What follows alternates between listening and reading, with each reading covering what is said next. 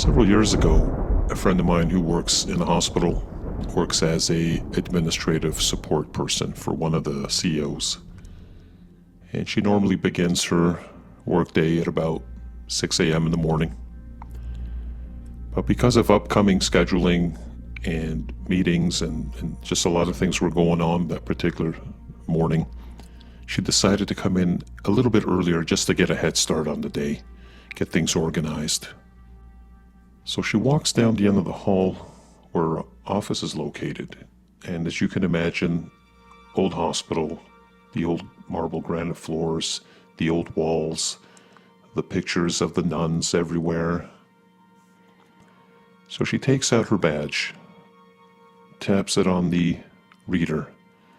The door unlocks. She opens the door, walks in, and as she does every day, she would walk towards the left. That's where her office was. But as she's walking in, she hears someone inside that office area. There's several offices there, including a small kitchen, a bathroom, and a small conference room. She hears footsteps, so she stops. She flips the light on, and of course there's no one there. She calls out, nobody responds.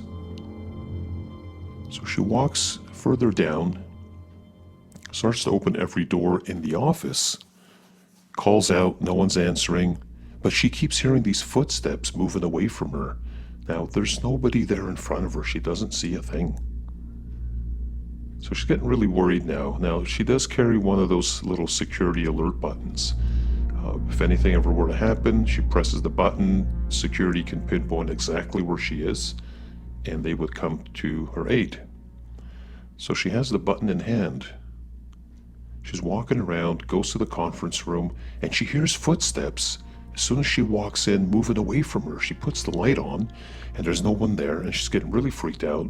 She looks behind her, there's no one there. She walks back out, starts to take a quick look around. She goes for her office to pick up the phone to call security, and as she's doing that, she hears someone running right by her. So she drops the phone, comes out of her office, looks around. There's no one there. She's really starting to get nervous because there had been some break-ins earlier that year, overnight. But there was no evidence of anything like that. There were no broken windows. There was, no tampering with the door. And of course, it's in a hospital setting, so it was secure to a certain degree. So she called security. Security finally came down and walked through the premises and told her that, according to the badge reader, she was the only one that had come in there that night. The last person there was one of the employees from the day before who left at 5 p.m. This was now about 4:30 in the morning. So no evidence of anyone physically tapping that door and walking in there. So she was kind of nervous. Anyway, she went to work, did her thing, got through the day. Weeks went by, nothing happened. Several months went by, and one of the doctors that worked with her asked her and said, it's funny, the other day when you left the office, he said, I was coming down the hall, you were going the other way, you didn't see me. He says, but when you turned to go down, he said, I looked up, I was going to say hello, but you were already walking in the opposite direction. He says, I looked back up the other way, and I saw what looked like a tall man standing near your door. So I was going to call out to you and say, hey, there's somebody here maybe looking for you, but I thought, you know what, I'll just, I'll be there shortly, so I'll just deal with it myself. As he's walking towards the door, this man suddenly starts to become part of the wall and just morphed right in. So he stood there and what the heck just happened? He says, am I saying things? He said, I've been working all day and, it is a very stressful situation. And, being in the healthcare industry and depending what job it is you do, I mean, you've got to be constantly 100% on point here. I mean, there's no margin for error. So, he just chalked it up to just being a little tired. But anyway, so I told her about that, and she thought, these when he saw her the next time, he told her and said, she goes, a lot of weird things have been happening here. And she said, I keep hearing these footsteps. He goes, yeah, the same here, though. He said, depending, what time of day. He says, he's often come in there, and because they have a communal mailbox there for all the docs that work in that general area. And, they'll be in and out sometimes during the day getting their mail or, getting a coffee or something. I heard some strange things and just said, you know what, it's just regular noise. So anyway, a little while went by, and one night she was leaving at about 5:30, 6 o'clock in the evening, and she was exiting the office on her way out, so she starts going down the hall. But then she realized she left her cell phone on her desk. So back she went, tapped the card on the reader, door unlocked. She walks in, all the lights are off, but it's not too dark.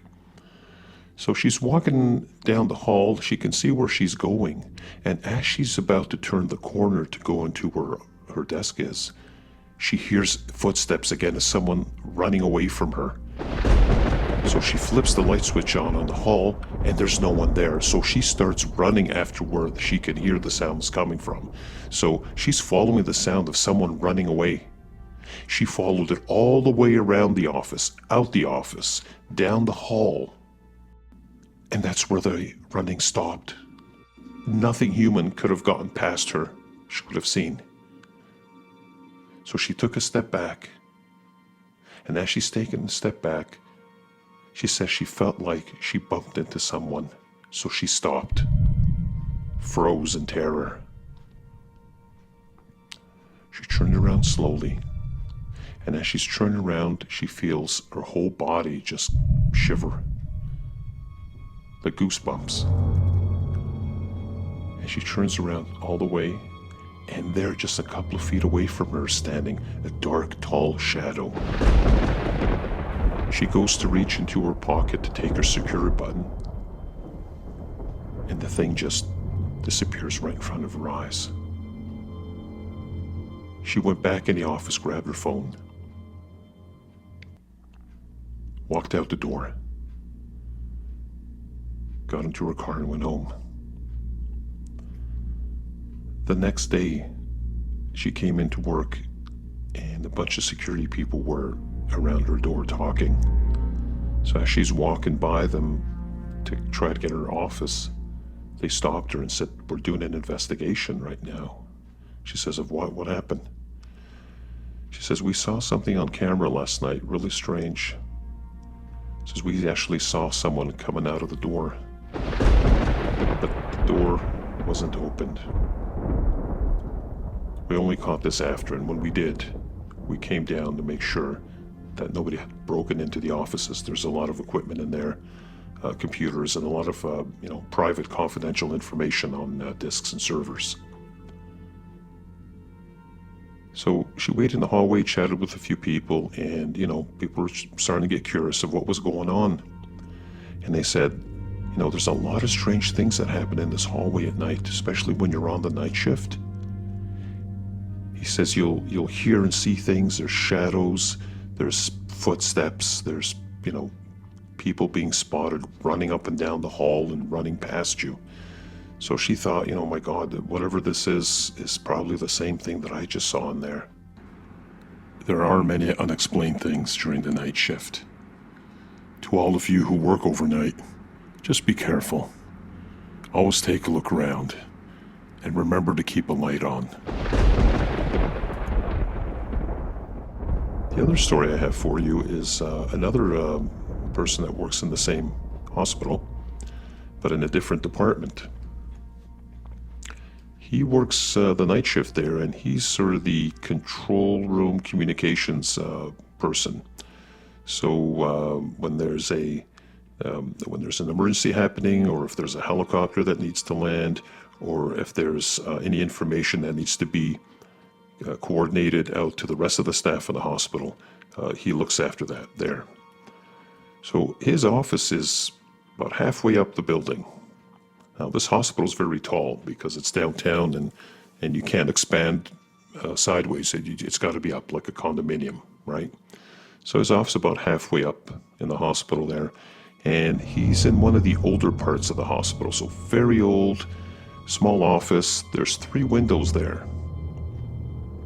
And all 3 of his windows, they face a bunch of equipment and machinery that they use for the ventilation systems and other systems in the hospital. So it's kind of a small little hub area there in between, like in the middle of the hospital, but it's actually outside. If you can picture like a donut hole, that empty spot in the middle there, that's where the most of their like big equipment is.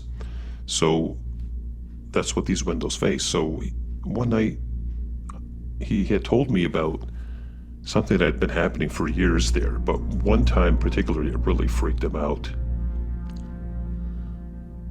He said that randomly one of the windows would slowly open.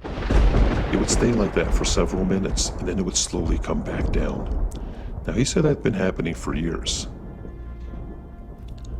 So he chalked it up as, well, it could be a draft somewhere. Maybe it's just such an old place that, things maybe are still shifting over there and whatever. I mean, nothing spooky ever came to mind. He just chalked it up as, being part of the building. But one night in particular, he said that he was sitting there and basically was bored out of his mind. Nothing was happening. And a little after 2 in the morning, he said that suddenly the window started to open up a little. So there's just 2 little handles, and you just lift them up. And it started to come up, and he turned over, he saw it and thought, oh, well, here we go again. But this time he felt like a rushing wind come through the window, blew his papers across his desk all the way to the other side of the room. Now, this is a calm day in June. There was no wind at all. Everything was quiet. It was a peaceful night. His papers are strewn all over the floor. So he walks over, he's picking them up, and as he's picking them up, he hears someone behind him asking him for help. He stops. He's the only person in that office. There's only one communication person at a time there for each shift. So he thinks probably it's someone he knows, but the only people who have access is himself, security, and anyone else that might have worked there. But he turns around, there's no one standing there, but he swore he heard someone ask him for help. So he picks the papers up, puts them back on his desk. The window slowly starts to come down.